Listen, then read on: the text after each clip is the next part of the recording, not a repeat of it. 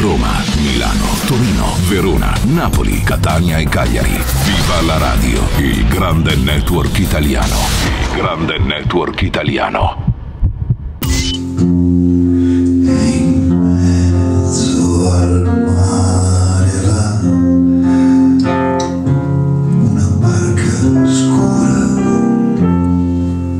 Viva la TV Italia, siamo al Folk Club di Torino con Gianmaria Tessa, cantautore cuneese nelle cui canzoni musica e poesia si confondono e si fondono indissolubilmente. E da poco è uscito il libro Ninna Nanna dei sogni in collaborazione con Altan. Hai lavorato con Henry De Luca e il teatro ha segnato profondamente la tua esperienza, quindi la musica si esprime nei modi più diversi e vari. Beh sì, la musica è quella cosa che ci accompagna più di qualunque altra, anche quando non vogliamo. Non c'è più un giorno che noi non siamo quasi forzati ad ascoltare della musica, perché entriamo in un bar e c'è una musica che passa. Anzi, io sarei per vietare questa cosa, sarei per proporre del silenzio, in maniera che poi la musica, quando c'è, la si ascolta con più piacere. Con Cipelli condividi inclinazioni musicali e legami artistici. A cosa ha portato la vostra collaborazione?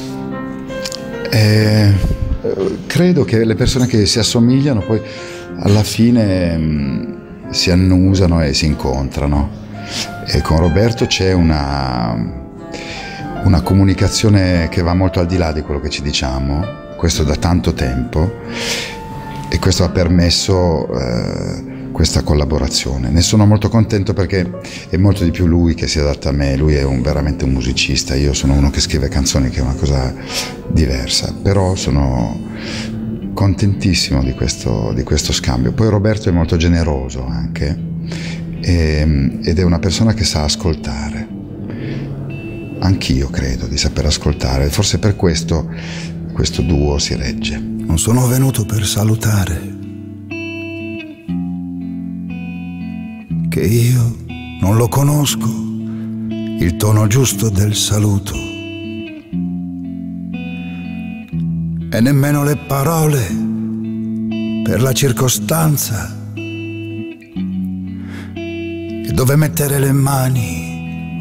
Mogol ha recentemente dichiarato che la musica cantautoriale non sta nello strillare, ma sia nel comunicare al pubblico. Dove pensi che stia andando adesso il cantautorato italiano? Mi pare che Mogol abbia scoperto più o meno l'acqua calda. Strillare non c'entra niente con il cantare, dopodiché si può volontariamente scegliere di strillare, di urlare la propria rabbia contro qualcuno, se no come faremo ad accettare certe cose del punk, che pure hanno caratterizzato un bel pezzo di storia recente della musica. Non so dove vada la canzone cantautoriale, non me ne preoccupo nemmeno. Ogni tanto c'è qualcuno che si preoccupa di dire che questo o quel genere di musica sono morti. Io non credo. Una musica va avanti se è degna di se stessa. Se non lo è, muore e nessuno la piange. Adesso viviamo un tempo in cui ci sono molti acceleratori. Penso a cose come X Factor, ma gli acceleratori non servono a niente. Alla musica in quanto comunicazione serve, come per ogni cosa, il tempo della riflessione, il tempo del ragionamento e della sincerità anche. Siamo pieni di balle che ci raccontano in qualunque campo e anche nel campo musicale. Nuovo come un giorno che non c'era, come la sera quando arriva già. La la la la la la la. Nuovo come nuova la stagione, e nuovo il nome che la chiamerà. Tant'è vero che noi chiamiamo, quando diciamo canzone d'autore, attribuiamo alla canzone un valore supplementare, che è quello del testo. I francesi fanno ancora peggio. Quando c'è una canzone il cui testo vale la pena di ascoltare, dicono chanson à texte. Poteva dirlo Monsieur Lapalisse questa cosa, nel senso che ogni canzone ha un testo e si presume che quel testo sia degno di essere ascoltato, addirittura letto.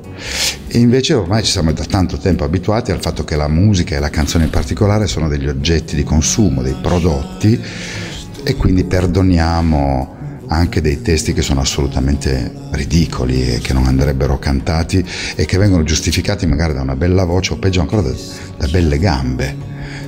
Questo è molto triste ed è un po' la morte anche della canzone. Io confido nel fatto che prima o poi ci sarà una specie di rinsavimento generale e la gente seguirà quella cosa così rivoluzionaria che è la bellezza.